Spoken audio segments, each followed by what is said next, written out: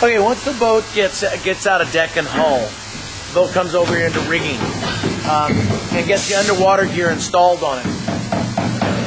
When we install all our underwater gear, what we do is we place the underwater gear on the bottom of the boat, and then it's all lined up because every one of these fins are a little bit different. Not one of them's the same, so it can't be placed in just a hole in the bottom of the boat. It has to be lined up with a tool by hand by a rigger. Once it's done there, then they resin this in. This is all resined in all the way around here. Now the fins are firmly in place along with the strut in the back, and at that point then they can come back afterwards and they can drill the holes for now the fins don't move, the strut doesn't move, nothing moves, and they through bolt that through the bottom of the boat. So this will be through bolted with a nylock on top of it through the bottom of the boat, making it pretty damn tough to have a problem. There is no better way to secure a bolt than to through bolt it. Some of our competitors, they put aluminum in the bottom of the boat, they drill it, they tap it, and they put a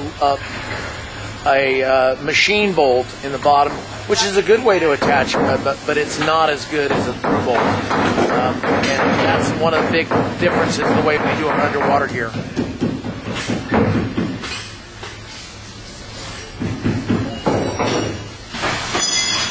Okay, we talked about the side bulkheads when we were over in deck and hull. Here's now the result of a side bulkhead. That's the side bulkhead. It's got this is the bulkhead here attached to the side. Here's a bulkhead here attached to the side. That holds up this side of the deck. So every time you hit a boat wake, every time you're going down the water and hit rough water, this deck is supported by itself rather than supported by a piece of upholstery that's not hanging on it. All of our upholstery is simply hung on the sidewall of the boat. It doesn't lend any structural integrity to the boat. It's there for you to sit on and be comfortable. All of our motor mounts, we build our motor mounts in-house. They're built in our machine shop, which we'll show you in a little while. All the strut supports. Again, here's your strut, through bolted, rear motor mounts, built in-house. Things like backing plates for the platform, everything is built in-house. We talked about the PVC pipe in the other room that houses wiring or speedo tubes or whatever it is that needs to be in there. It's all routed through PVC pipes so that it doesn't get fall down and make it tough. We talked about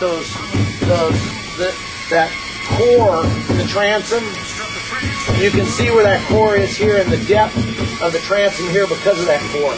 Here's the other core here, and this is a delta pad core that the rudder comes through and the strut is maintained. Anytime somebody hits a propeller on a hard surface, a rock or a tree, or this is the difference between a boat getting the strut punched up to the bottom of the boat, or the rudder getting punched up to the bottom of the boat and just breaking off the strut or breaking off the rudder. It makes a big difference in the way a boat's built.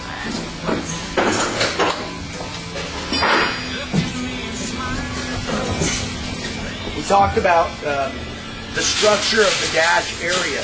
Again, okay, we talked about the thickness of the fiberglass that's here. Okay, this is structure here. Then the shroud of the dash is just hung onto it. So the dash, this what I would consider wimpy cosmetic section that you put your gauges in has nothing to do with what's holding this boat together and how it stays in one piece as it's going down the water over rough water and boat wakes and you name it. That's structure. Same over here. Structure. This piece doesn't have any structure to it.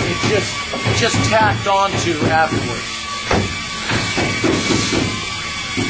Up in the front, up underneath here, I don't know if you can see, But in that section up there, another way to structure the front end of an open bow boat is to put a bulkhead. This right here is a wood bulkhead that is structuring the front end of that boat, keeping that windshield from falling in. It's laminated all the way around, and it allows that front end of the boat to stay more rigid and more sound, structurally speaking. That makes a big difference in the way the boat feels also. The more you can make the boat sound, the more you can make it one unit. And all of these things we talked about, screwing the boat together, laminating it together, putting side bulkheads, putting front bulkheads, adding more laminate to the area up here where the dashboard is connected. All those things make the boat more sound, make it a more rigid unit. And as you go down the water, things don't change. It makes for better performance. It makes for longer life.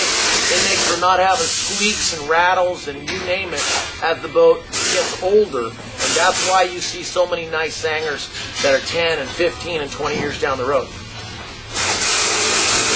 Little things like the hose that we use for our ballast systems is tough hose that won't collapse as you bend it around a corner. It doesn't collapse. It stays. It holds its shape. It costs a little bit more money, but this is the kind of stuff that makes a difference when you're trying to get water into a ballast system, water out of a ballast system. Our ballast systems are all pump in, pump out. It takes 2 minutes to fill most of the systems in. It takes 2 minutes to drain them out.